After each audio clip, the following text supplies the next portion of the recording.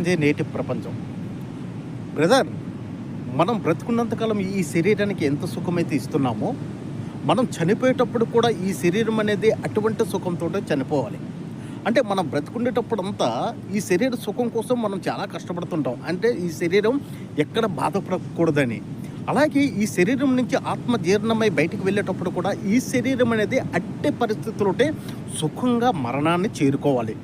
అంటే ఎంతటి సుఖాన్ని మరణాన్ని కోరుకోవాలంటే ఆ భగవంతుడికి, దేవుడా నేను పోయేటప్పుడు, అంటే నేను నీ దగ్గరికి వచ్చేటప్పుడు నా శరీరానికి ఎటువంటి ఇబ్బంది కలగకుండా హ్యాపీగా మరణాన్ని ప్రసాదించే తండ్రి అని ఆ భగవంతుడిని కోరుకోవాలి.